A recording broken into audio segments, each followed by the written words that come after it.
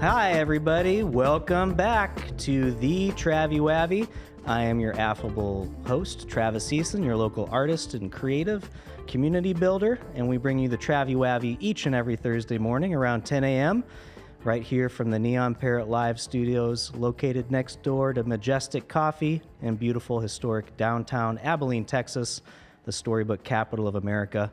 And friends, you know the Travi Wavi. I bring you wonderful guests and characters from the storybook each and every week. This week is no exception. Please join me in welcoming by subscribing, liking, and sharing Dan Robison. Welcome, Dan. Well, thank you. Glad to be here. Man, it's exciting that you're here, and this is your first podcast. Yes. Man, I love it. I love it. Dan, let me ask you the question I ask all my guests first time in. Do you have any siblings? Yes, I have an older brother and a younger sister. Tell me about them. My older brother, Doug, is 3 years older.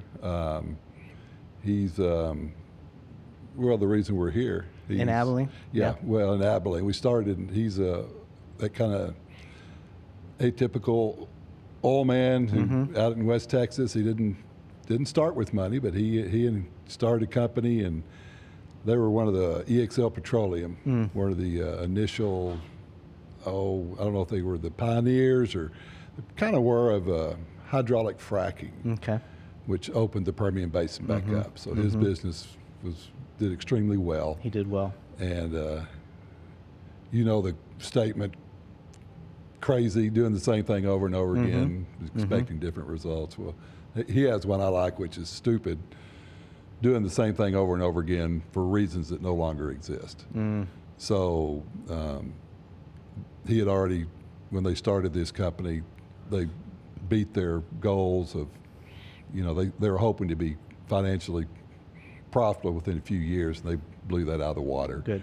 So he said there has to be something else, and that's when he started the Excelsior Foundation. Okay, good. And I was in Dallas, and all my kids had just graduated from high school, so I was looking to do something new and different. And he said, hey, let's come out here to Midland, and let's get this Excelsior Foundation going. Good. And so when was that?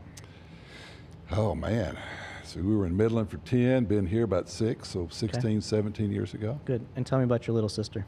Michelle, she's a little sister. She's 6 years younger. She's in the Austin area. Okay. So that immediately means she's a little bit different. But she's doing great. She's actually right now on a big adventure. They bought an RV, her and her husband, and are like going out exploring all the national parks. They'll be gone for 6-7 months at a time. That's great. So she's out there, seeing the world and stuff. That's great. So you guys stay in touch, you and your siblings? Well, yes, but of course, my brother lives, there's a house between us over there. Neighbors. Yeah, that or it's a cult, one of the two. But, so I see him all the time. But my sister, basically through text and stuff, because like I say, I think she's up in Oregon right now. I'm not real sure where she is. So. Well, I got to know you through your niece and nephew, Doug's kids, and I've known them for a long time. We've had Andrea on the channel a few times, and Leah suggested that we get to meet each other, and so we did a few months ago. We had a walk around downtown and talk, and I asked if you'd come on the show, and you said I would be willing to do that. And I'm glad that you did. And I want to know, we're going to get to know you a little bit more and then find out more about Excelsior and what you're doing in Abilene now. But you were an artist. You started off as an artist professionally. Well, I debate that. I'm a designer. Okay. I came out of tech with a double major in design, graphic design, and illustration, and a minor in photography. So the graphic arts, they are art, and I've, kind of, but they're not fine art. It's different. Someone was asking me, well, what's the difference? I said, well, the biggest difference between me and fine artist is that I have a client who defines what it is you're going to do, what imagery I'm trying to put forth. Whereas a fine artist like yourself, you come up with that idea. Yeah. And I said, the other big difference is I get paid before I paint.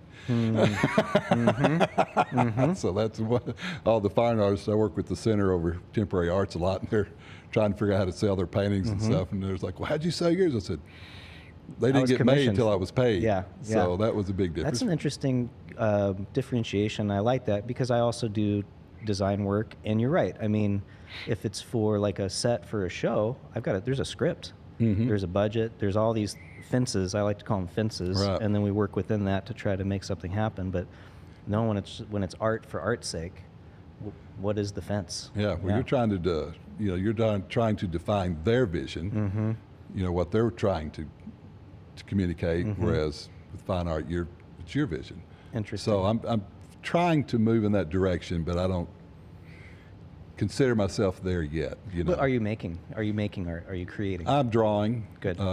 Mainly graphite, but I'm starting to mess with some pen and ink and stuff, which I used to do a lot of pen and ink illustration. That's great. Back in my Bison Design days. Bison Design, and that was based in Dallas. And you guys did print as well. Well, we were like an advertising agency, except just print. Okay. This is pre the internet. Yeah. So we did a lot of, we didn't do radio and TV. So I was an art director, creative director for different agencies in Lubbock, graduated from Tech, and then in Dallas. And so we did primarily brochures, business-to-business communication, catalogs were a big part of our business, annual reports, but all printing oriented. Okay. So. And you were successful in that? Yes. Yeah. But when your brother called and said, "Hey, it's time to come out to Midland," the kids were growing. I mean, that's a big. I'm going through it right now. I've been an empty nester for like 5 weeks, and I'm feeling it. I mean, like, this is like transition time. But so is that kind of what you're feeling? They do come back. Yeah, so be right. aware. Yeah, they do. Yeah, no, I know they do. Dad, can we do a load of laundry? Yeah, our dad can I live in that back bedroom. Yeah. I'm just here for the weekend. Yeah. But did you feel that, like, your kids were grown, you were just kind of in transition, you were thinking, like, what's next for me? Oh yeah, very much so. My daughter, the youngest, was actually in her sophomore year when Doug and Leah's the executive director. She's the one who determines what we do at Excelsior, what direction we go, and what kind of organizations we work with. We tried to get it going 2 years earlier. And then we did, or for us moving out to Midland. Okay. And my daughter was in her sophomore year and was doing great, big soft volleyball player, and just doing excellent. And we were at had a big volleyball tournament down in Dallas called Lone Star, and I had called the Midland coach, Midland Lee at the time, and Midland High. I think they're called something Legacy or something now. But I said, hey, come watch they're down there with their teams. I said, come watch my daughter play, and if we move out to Midland, would she make your team? You know, and they came and watched. Said, she walks in the door, she starts. Great. So I was like, all right, we're moving to Midland. Okay. Wife and daughter both said, no, we're not. I mean, Dallas to Midland is a huge cultural shock. Oh, yeah. But anyway, so they said, no. So I was like, well, I kind of would, so I kind of backed off and said, daughter's doing great in school.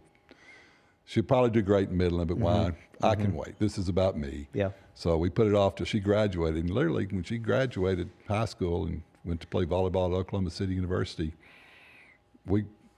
she moved to Oklahoma City and we moved to Midland. That's great. And I said, depending on your grades, we'll let you know where we are in Midland.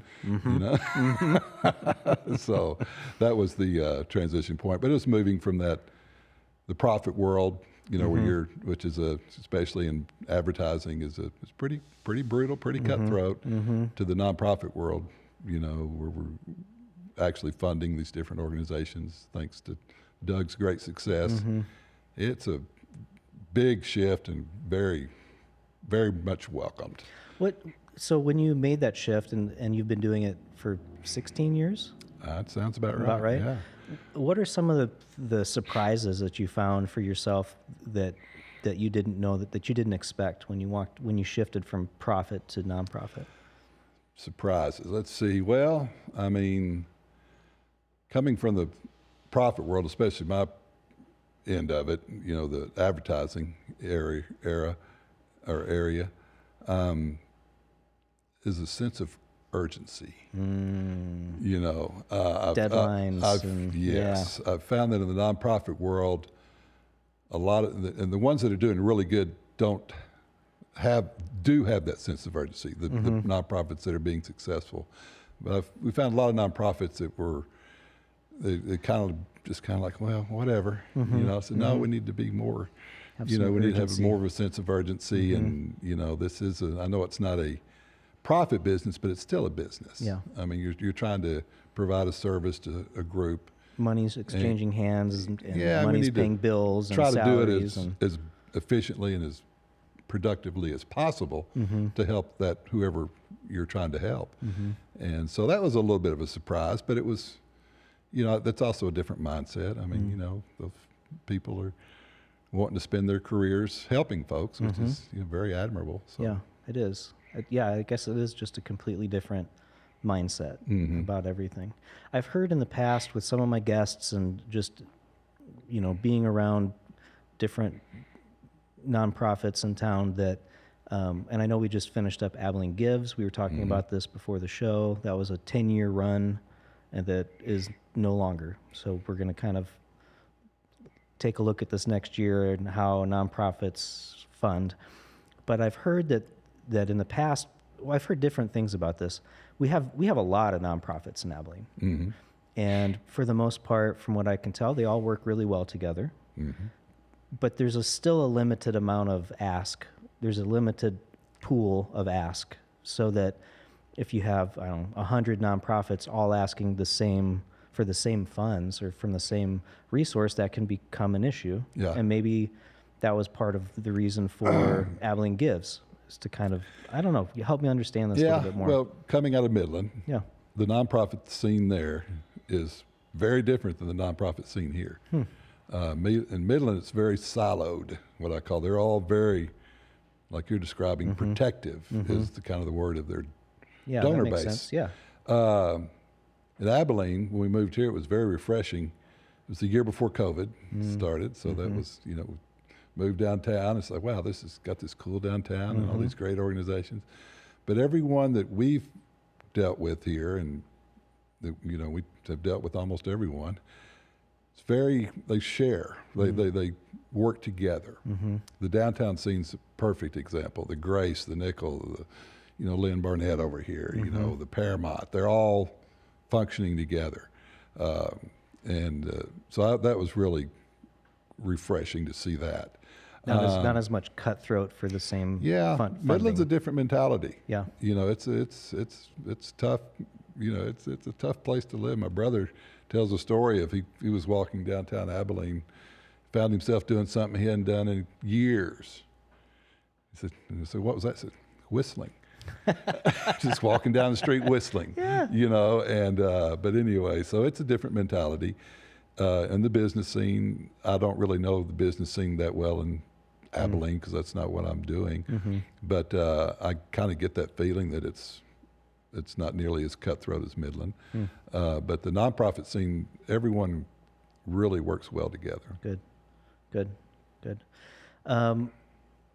You guys just finished up Abilene Gives. What were some highlights for you for Excelsior Foundation through that most recent round? Well, we you're telling me you're going to have Katie Alford on here in a little bit. Coming She's up awesome. in July. She knows everybody, and very in tune with what's going on in Abilene and the surrounding area. Good. What do we call it? The big country? Big country. Big country, the key city. We've tried to throw so many different phrases out there, but Storybook Capital. Yeah, I guess we really just. I've dealt with Community Foundation of Abilene on several different projects, and they're really a great organization. And so I was like, okay, let's help them any way we can do what they're doing. Great. And I'm trying to remember the name of the young lady who was first involved with Abilene Gives, but what was her name? But anyway, we just said, okay, guys, we're going to help y'all in what y'all are doing any way we can. So that's when we turn to the different organizations. And Stephanie De La Rosa, do you know Stephanie? That sounds familiar. Yeah, I believe Sounds she was familiar. who, anyway. We just said we would prefer y'all, if y'all are going to request funds from Excelsior, to do it in the first quarter through Abilene Gives. And we're going to ask you to really listen to what Abilene Gives is, or it's the Community Foundation of Abilene, through Abilene Gives is telling you on how to do your fundraising, how to contact folks and stuff. And so, you know, take advantage of free training. Yeah.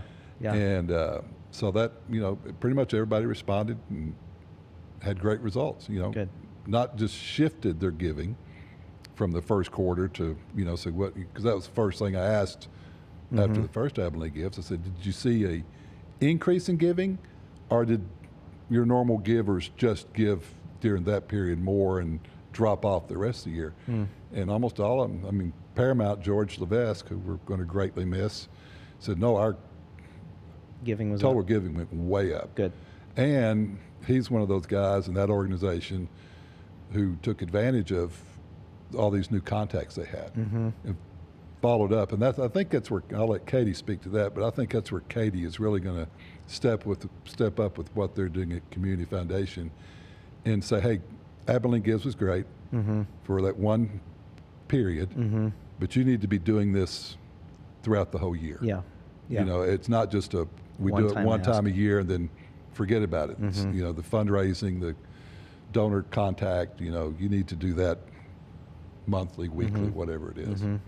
So, Well, I mean, I know that Abilene Gives has continued to be a huge boon for every organization that's asked and received funds, and we have a lot of theaters in town. You mentioned the Paramount, Abilene Community Theater, Obsidian Theater, I know all received funds through Abilene Gives, so I mean, that's great because theater is always underfunded.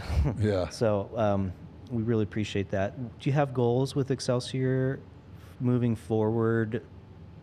Dreams, visions, things that you guys would like to accomplish? Well, that would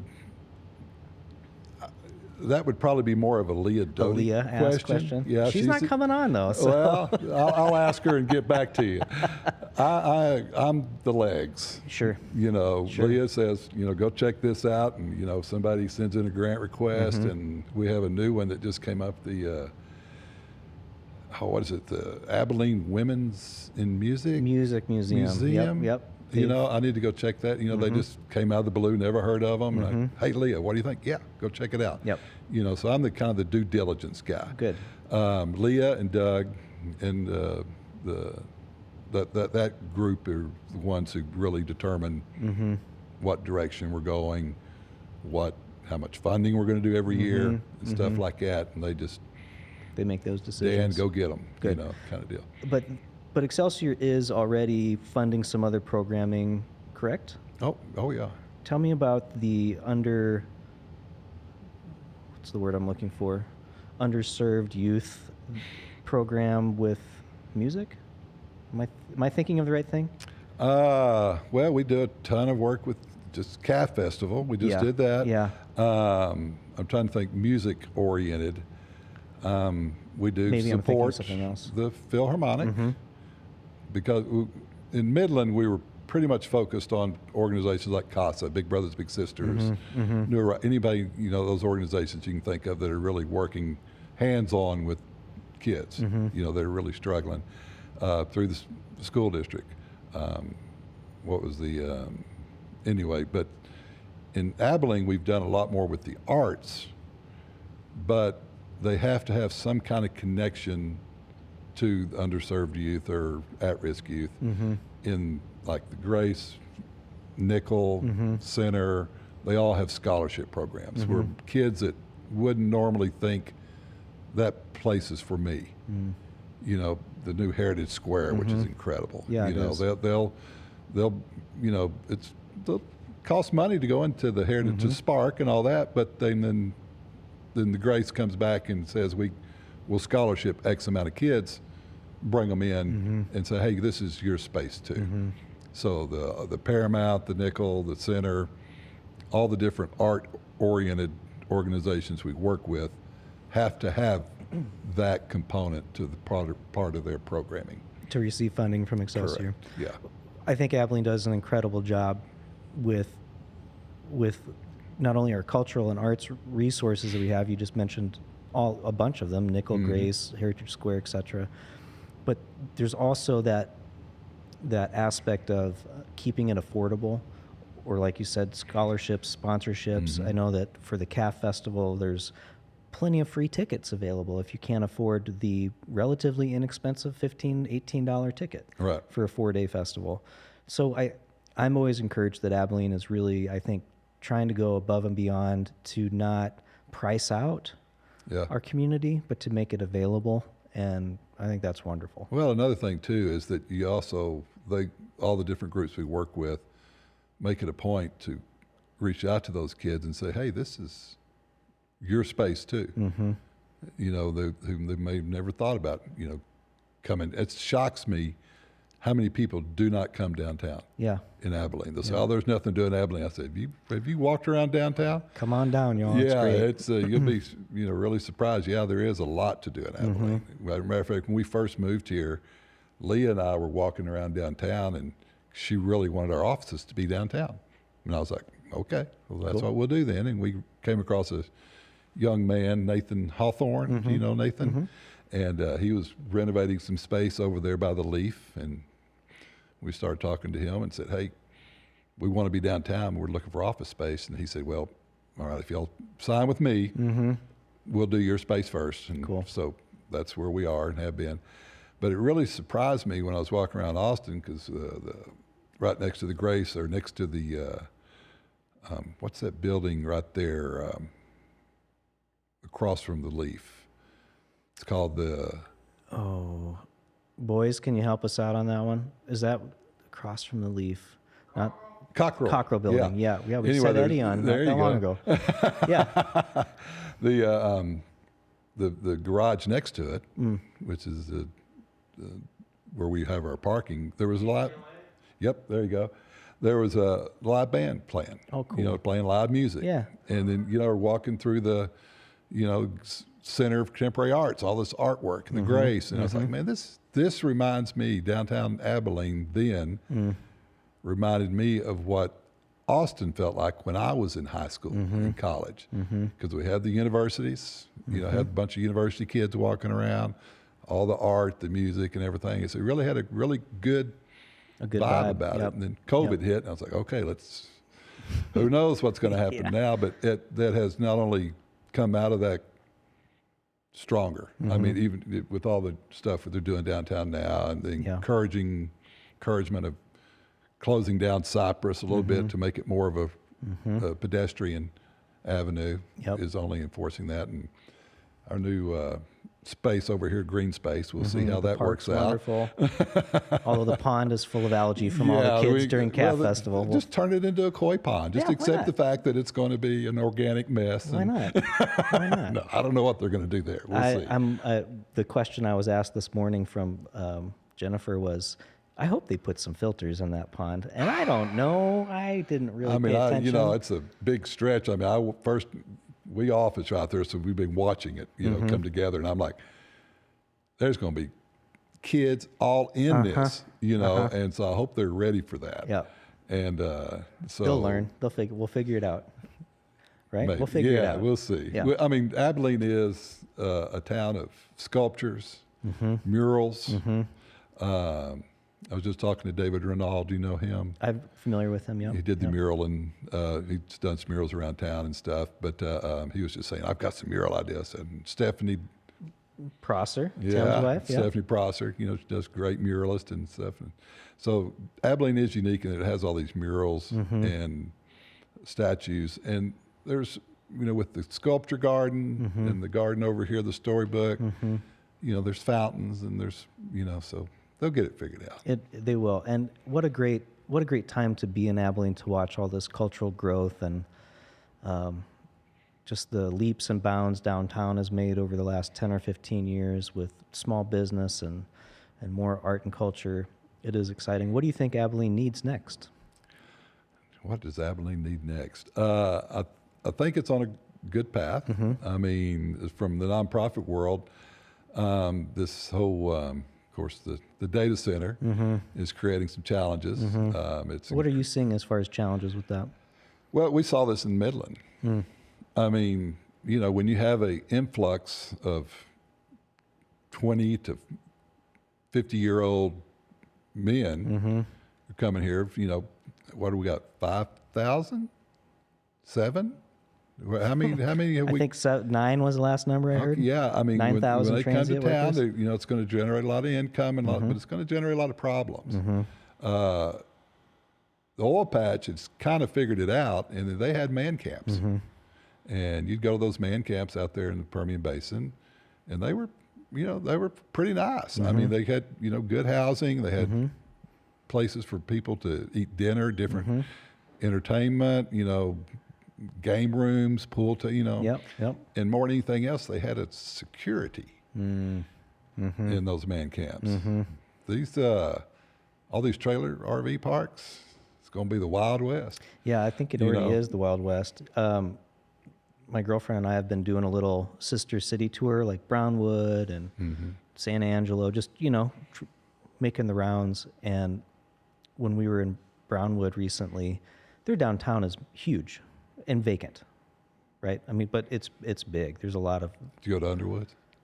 No, haven't been to... No, actually, Pioneer Tap House and the pizza place next to it downtown's pretty great.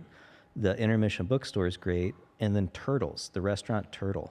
In Brownwood. In Brownwood. I recommend that place. I'm trying to get the Check owner... out Coleman, too, if you haven't been to Coleman. Well, I like Coleman a lot, too. Yeah. I like Coleman a lot. Anyway, all that to say, Brownwood became Brownwood when the Army camp was there during World War I. 250,000 men, right? And then you look around and there was like 9 movie theaters right on the row. And that makes sense. And here we are 100 years later, and we've got not military men or women, but data center built transient workers. We right? have that problem too, and not a problem. You know, that's something we're really looking at, and something Katie can really speak to. Is all our young airmen and airwomen. Where are they going to stay? That base is expanding, you know, and they cannot compete financially for rent with all these craftsmen. You know, those guys get paid more. And they're stacking them up there. I don't know if you know the term hot rack. No. But that's where, like me, we decide we're going to go work in the oil patch and stay at a hot rack. I'm going to sleep in that bed from this time to this time. Then when I get up, you go sleep in it, and I'll go work. That's hot racking. That makes sense. Yeah. So it's kind of disgusting, but anyway, you know. But they can't compete with the craftsmen who are making a whole lot more money. And so that's really something that's something that we've talked about that we kind of need to really focus on is how do we help the airmen and women out there? Yeah. Because they're, you know, coming here 18, 19 years old, and they might be here for 2 or 3 years, 5 years, and then for on. them to be living in a car while they're here and serving their country. No, you know? that's not good. And thinking about the RV parks, and you know, like you mentioned, we don't have man camps, so we don't have that security. And I know that Sheriff's Department's been handling a lot more traffic on the north side of town. We've had, it's like not a day goes by that there's not some traffic accident that's Somebody somehow run over. related to this construction. And, you know, right, what I hear from people is like, yeah, but this isn't going to last forever. And I keep thinking, well, if we're the corridor to the data center alley, this tiling of the planes with data centers, then we are the front door. We probably always will have some sort of related services towards all this build out. I mean, it's not just the one at the Lancium, it's the one in Stanford and Albany and, you know, onwards and upwards, these. You hope our infrastructure can keep up with it if that's the case. And that's the building of, you know, the housing market. I mean, I know several people who have rental properties and, you know, back before this happened, you know, they miss 2 or 3 months rent. They lose money on their houses. Well, now they're coming forward and they say, we'll not only pay top rent, here's a year in advance. Yeah. You know, and how do local people compete with that? Right. And so what happens is you see a lot more homeless or unhoused, you know, wandering the streets because they've been forced out of those lower end markets, those lower end houses. And when I'm sure you do too, lots of friends that are real estate agents, and it's like as soon as anything hits the market, it's gone. gobbled up in a day. My daughter sold her. She just moved down to Killeen. She sold her house it's over off South 14th and Elmwood, real neat little street, Glenwood, and somebody walked up knocking on her door. I heard you might be selling your house. I heard you might be moving. She goes, yeah. Boom, sold it. Yep. You know, and that's got top dollar, and you know, crazy. I think I heard there's like a little over 200 houses on the market right now. If that, I mean, you know, we moved here, it was like 800 to 1,000. Yeah. You know, Yeah. kind of deal. So It is wild. I have a good client that's a real estate agent, and he's helping my middle daughter.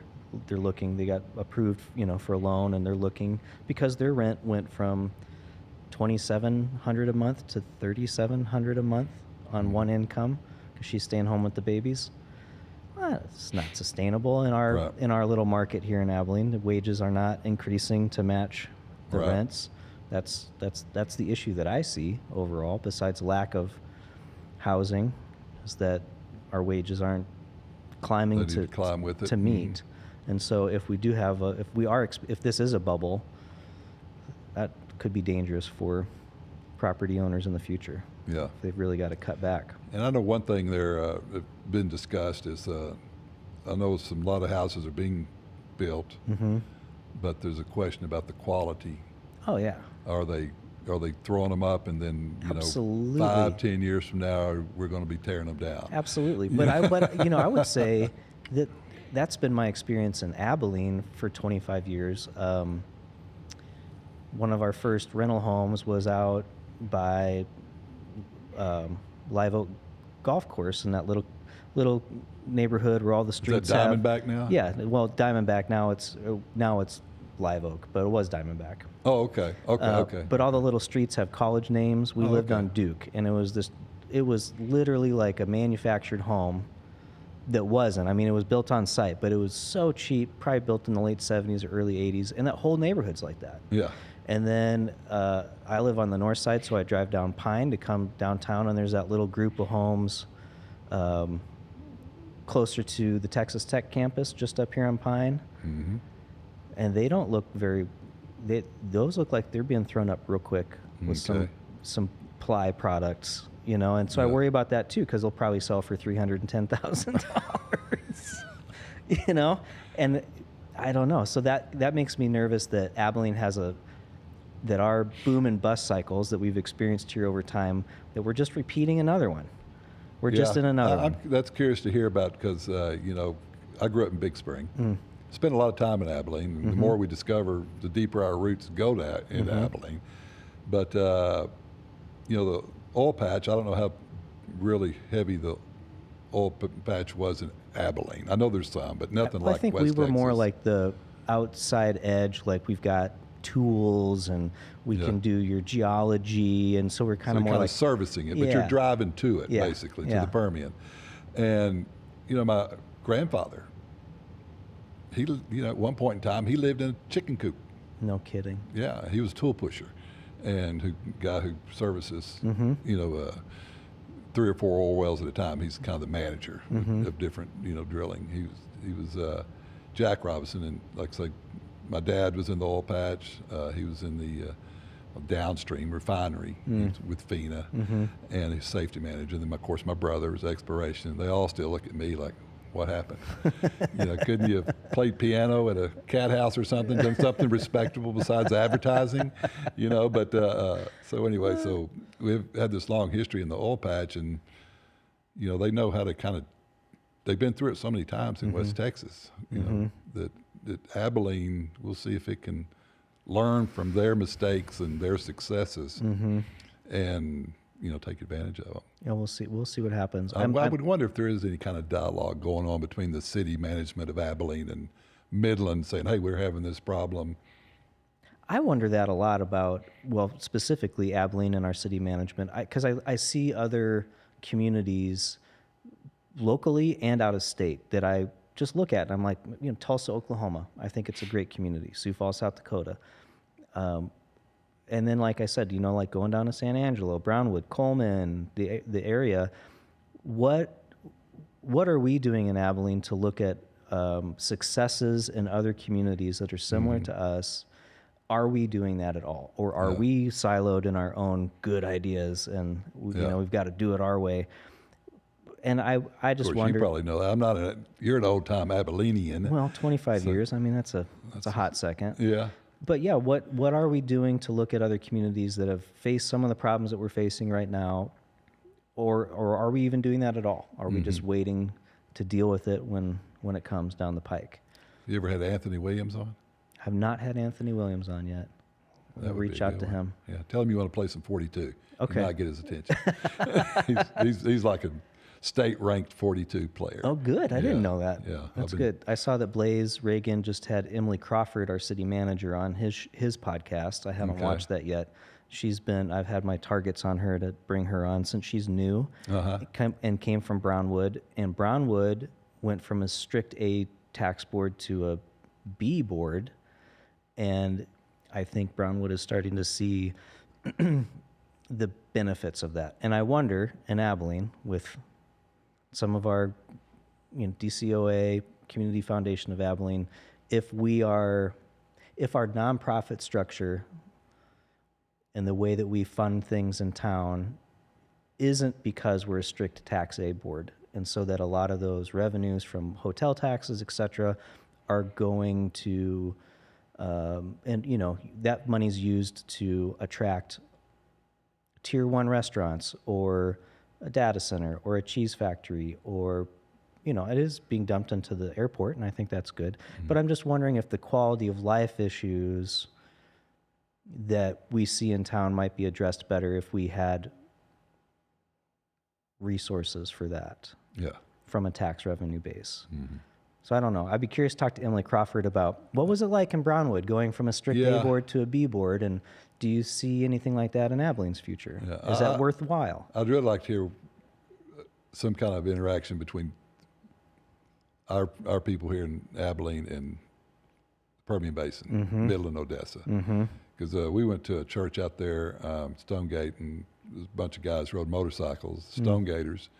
And one of our missions was we would, 40, 50 of us at a time, different, mainly Harleys, but different motorcycles, would go to these different man camps and the RV camps. The RV camps they're Wild West. I mean, there are no rules, and not everybody that's in that RV camp is in the oil patch or working at the data center. Yeah, and I mean, they're also there for other reasons, selling services to those guys who are working there. And that's something that hasn't been brought up very often yet in our community. Is we do recognize that there is human trafficking that's happening, both on labor and sex work, and then no one's really brought up the drug use, but we're in the meth belt here in Abilene, and I'd be willing to bet $100 right now that there is increased drug use in these RV camps.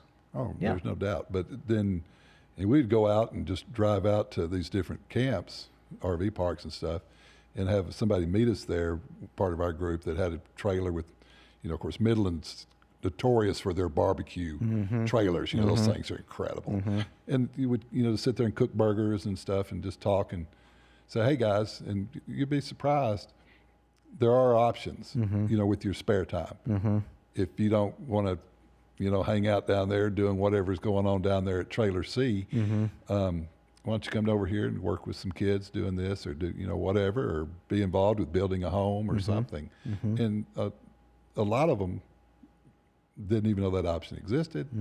So they would, I'd much rather do that, and so I think that same mentality needs to be looked at with all these huge RV parks and everything that's going up around here, saying, hey, there needs to be some outreach from the local churches, from local nonprofits, whatever, saying, hey, there are some really positive things you could be doing in your off time if you're not going home, Yeah, if you're sticking around. Yeah, interesting. It is really wild to be alive and experiencing a bubble like this. Whether I've been through a bunch of them. Yeah, I know, right? So, by the way, 1999. You remember Prince sang about it? The world didn't end. No, it didn't. It didn't. But from what my understanding is, Abilene's experienced a couple and the most recent one being the savings and loan bust in the 80s, I think was the one that kind of wiped out a lot of folks here. Did it? And it's been a slow crawl back, and then here we are in another huge boom. So how will we manage when this one busts? Because it will at some point. I mean, at some point, the work Either will busts or shifts. or shifts. Yep. And which is, what is quantum computing? I was trying. we were at the game last night, the Flying Bisons, and I was asking a friend I was there with, he's an IT technical guy. I said, what? He was like, I can't explain it. So is that the next, and when is it? Well, It's a completely revolutionary shift. Yeah, that's what. So is that going to replace Right now, AI? we're on this plane, Yeah. on computer technology. This is my simplest way to explain. We're on this plane of technology. Sam says we're on this plane of technology. It's Quantum's everywhere. on this plane. That's what he was trying to explain. Yeah. It. So I'm like, what? Including time. Yeah. So when is time. that? Does that? Not just everywhere, but time. Yeah. Yeah. So All places at once. yeah, and I think you're right. It's it's so hard to even grasp. Mm-hmm. The level of computing it's literally being in all places at once. Mm-hmm. Yeah. I'm wondering if, I'd like to be optimistic and think that we're going to move towards like a Star Trek future. Maybe we can teleport and, we all have cool. You can't do that already? No. You know Really? how? We'll talk about it.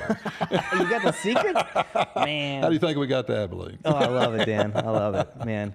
But we're experiencing like just this, we're at the tip of the spear for what's coming next. And it is pretty exciting, even though there's a lot of negativity around it also. Well, I mean, the high tech, all this, it's great. We just can't forget about all the people, that are around it, and that maybe aren't working at the data center, and and like you go over here to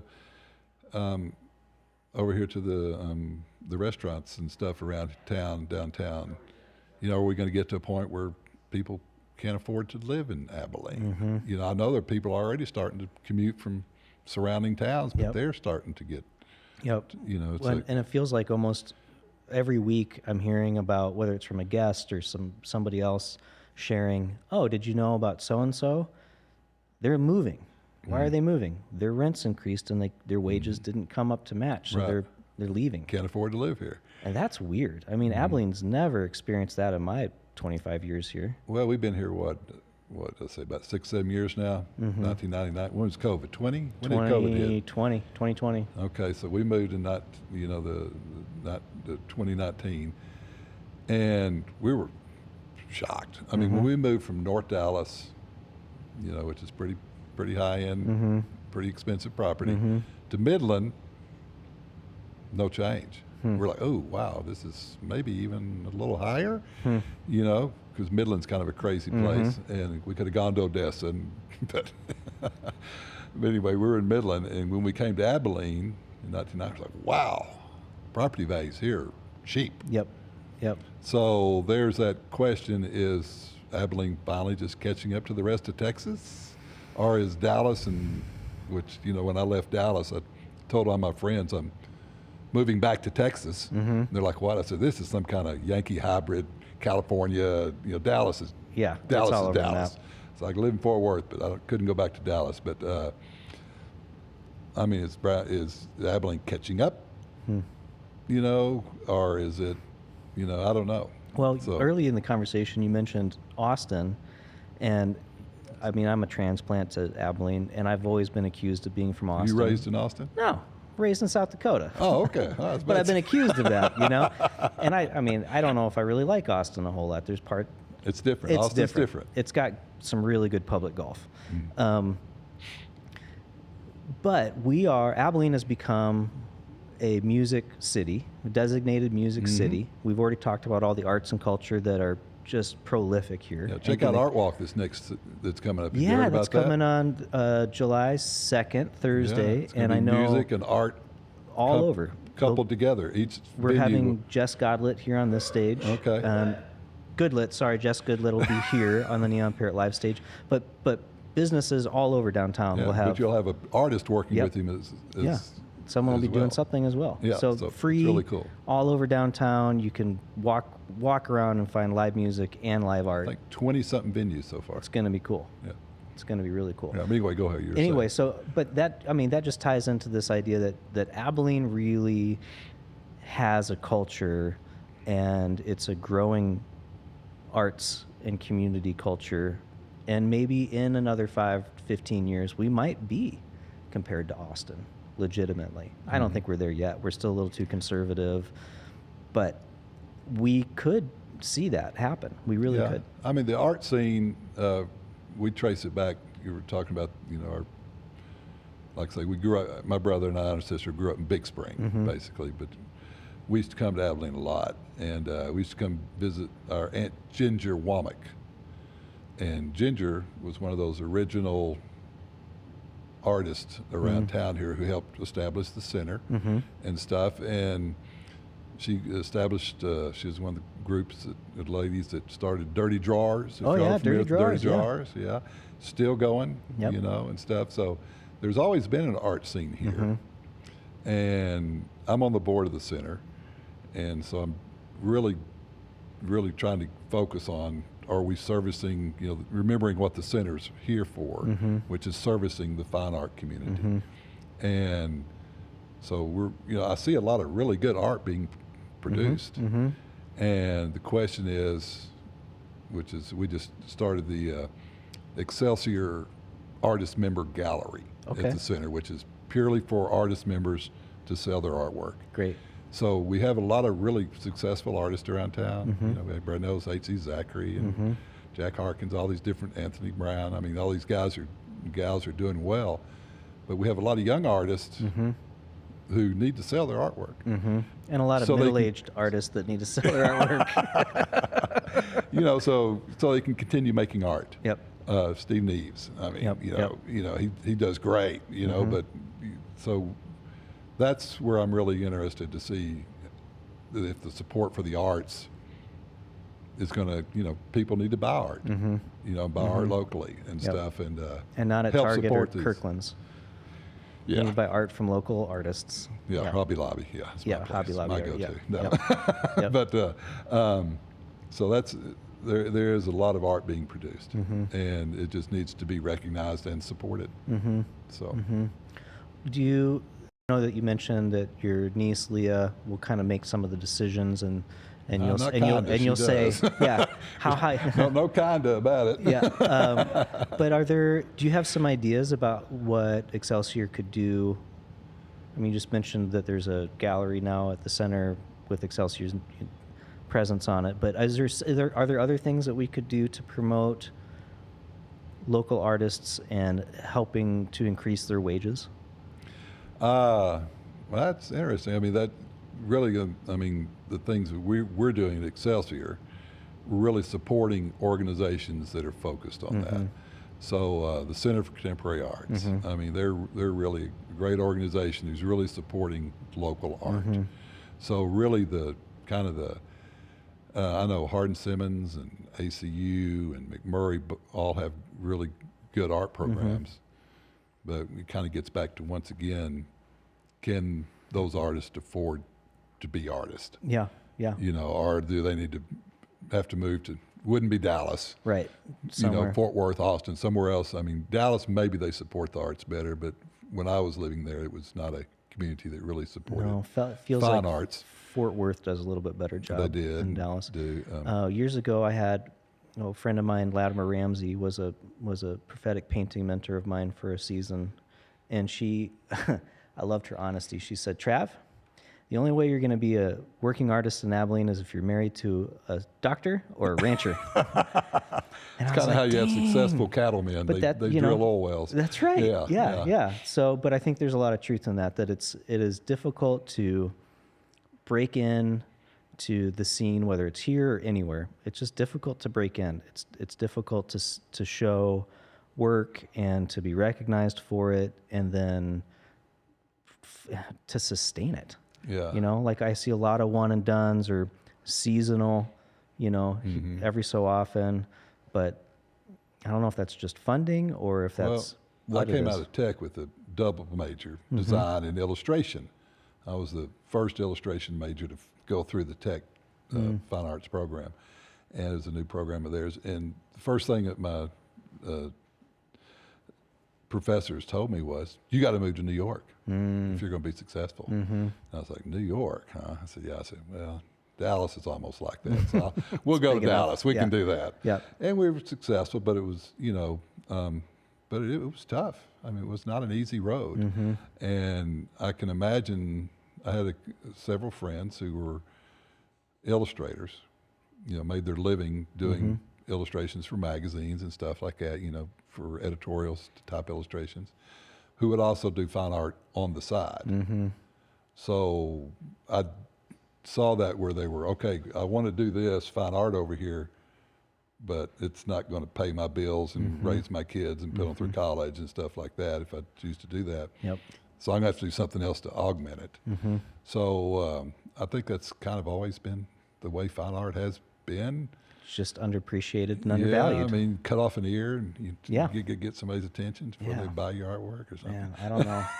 Well, maybe as artificial intelligence and artificial general intelligence takes over more and more tasks, and more folks find themselves looking for work and value and meaning, we'll have a resurgence or renaissance of art. Well, it would be nice. I mean, it really comes down to, like I was talking to the center over here the other day saying, you got to remember who our market is. First is the artist. So the second market is we need art buyers. We need art buyers. We Educated need to art make buyers. sure that people around town and around the area know that, hey, if I want to decorate my office, decorate my home, this is an option to come to Abilene, to the different locations and buy local art. And there's a ton of, we've been mentioning the center, which is always great, but Prosser's with 1117 Studios, and there's a bunch of other privately owned art studios where artists rent spots and they have the work on display, and it's all good. It's all really good. I've been over to Stephanie's a couple times, and I'm really impressed with that facility. It's a cool spot. It's fun to go in there, but it's kind of hidden. Yeah. People don't know about it, and and you gotta. So that's where you gotta educate. So the art walk, which they're trying to get going again, super strong in Lubbock, and they're doing a good job getting it going here again. But getting it focused back toward art, not craft vendors or stuff like that, but true art. Really supporting that area. Yeah. We had art brunch a while back, and it was great.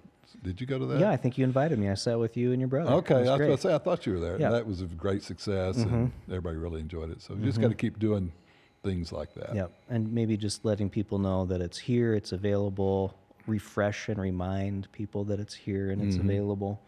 Yeah. And a reason to even want to have it. Yeah. But people learn about art and learn about Yeah. and that's the Grace is a great avenue for that as well. And, about the history of art and what the scene looks like in Texas and the surrounding area. Yeah. Well, we have a lot of talented people in Abilene, and my hope and prayer is that we just continue to grow it, and it just gets better for everybody.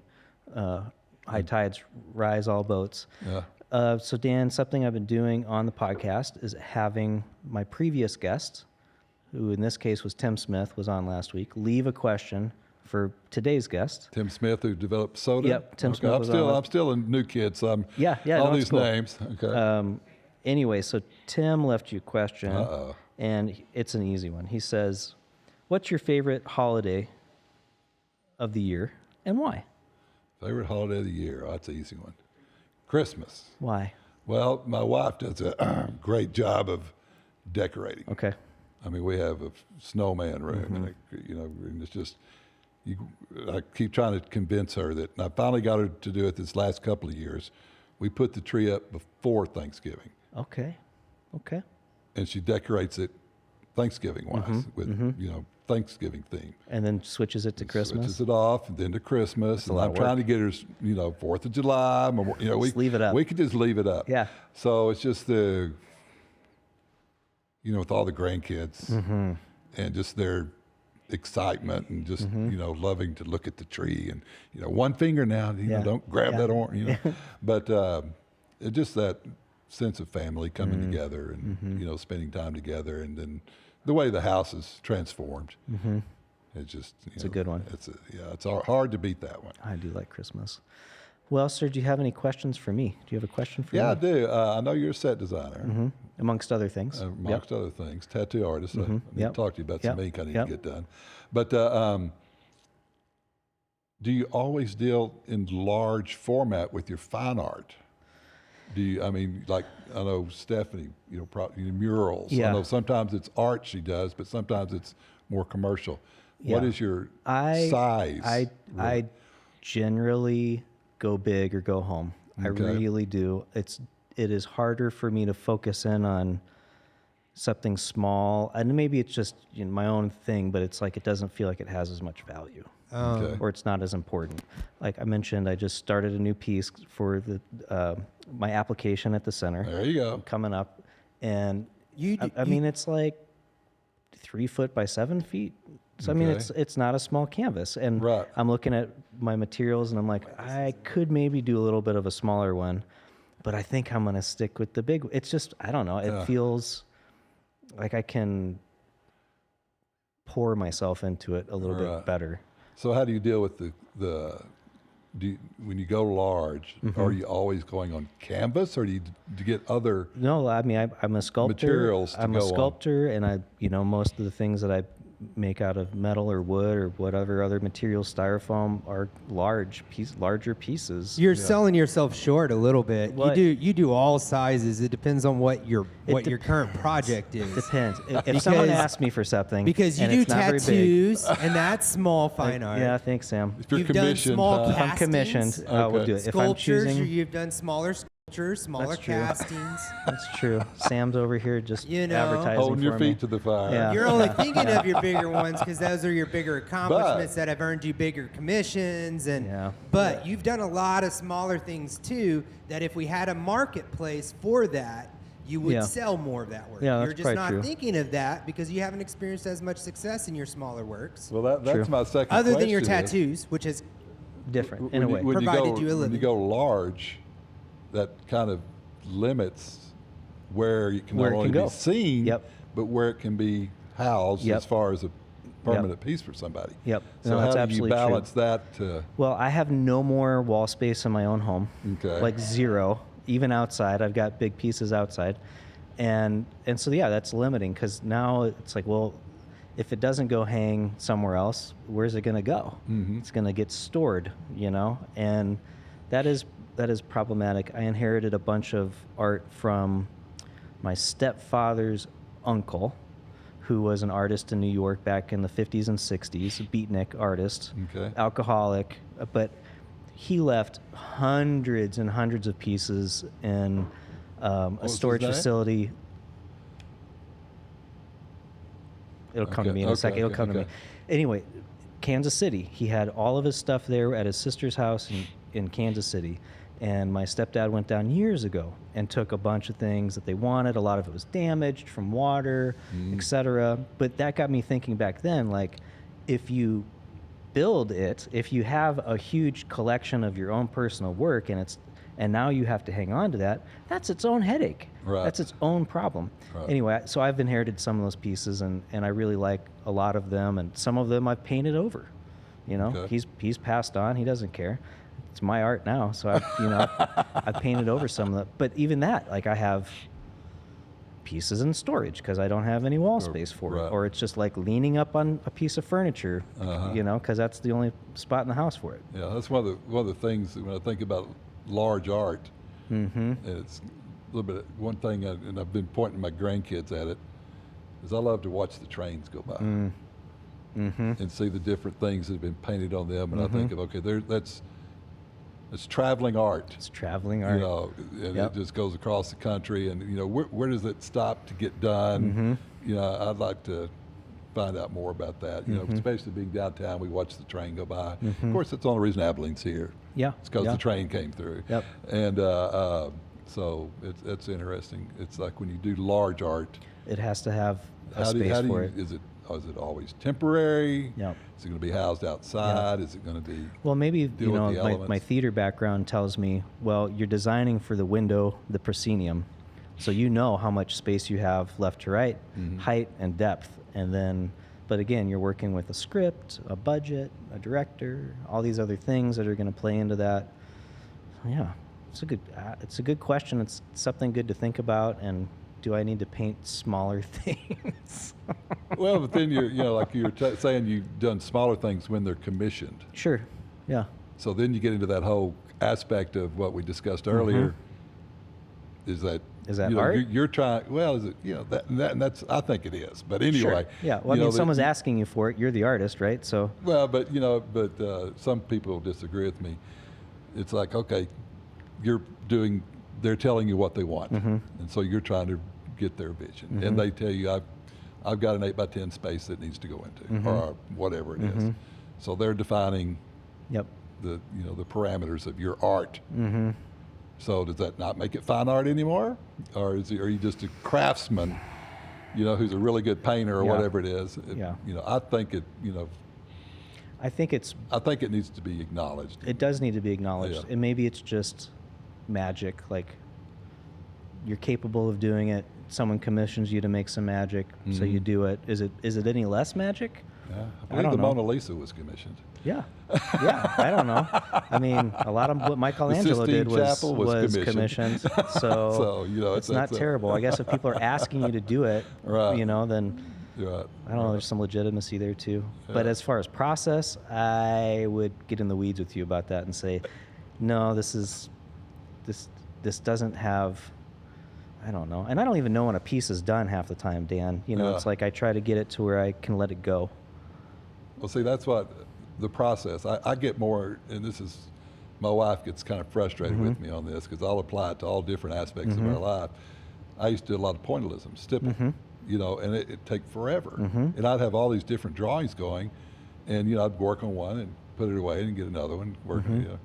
And I approach this the same way with what I'm doing. Like, we have a house we really love a lot over on Elm Creek. And I've got all these different projects going. And she's just like, I said, it's a process. It's a process. I'm in process. I said, that area over there, which looks bad right now, I'm experimenting over here to get to there. Because I'm a gardener, and and so I said, so I have a vision, and I'm working through it. It may be 5-10 years before we get there. Who knows? Yep. No one's holding the irons to your fire. So. Well, Mr. Dan, is there anything else you want to talk about today before I let you go? It's been a good conversation. Yeah. I'm just really excited about Abilene. Good. We love being here. And I think it has a great future. We just need to be aware of all the shiny, glittery stuff. Is not, we need to look beyond that and make sure that the whole community as a whole is being looked at and addressed in a healthy manner. Yep. So. And I'm really grateful that Excelsior Foundation's here to help do some of that, do some hand holding, do some helping as it can, and I look forward to maybe playing around a golf with you before the end of the summer. Golf, yeah. You don't play tennis, huh? I'll play pickleball with you. Maybe go start pickleball. My kids all play tennis. I'm not fast enough. Okay, well, that's why you have doubles. That's right. You play old man doubles where you just stay at the service line. We can do that. Well, friend, I really appreciate your time today and all the work that you guys are doing, and we'll stay in touch. Sounds great. All right, man. Thank you so much for being here today. Friends, if you like this, please like, subscribe, share. Always, you're welcome to come down Thursday mornings around 10 a.m. where we host this podcast live at Neon Parrot Live Studios, located next door to Majestic Coffee Shop, allegedly serving Onyx. We always thank them for their sponsorship. We couldn't do it without them. Sam Wolf and Tim Prosser from InFocus Digital are producers and co-producers extraordinaire, making us look good and sound even better. Friends, I've got another great guest for you next week, and we'll look forward to that. Come see Sound of Music at the Paramount. It opens tomorrow night, and there's always wonderful activities happening all over Abilene, both downtown and abroad, and we look forward to seeing you. Get a hold of me if you have an art commission in mind. There you go. All right, thanks again, Dan. Thank really you. Appreciate it. Thanks, gentlemen. We're signing off from the Travi Wavi. Until next week, we'll see you then.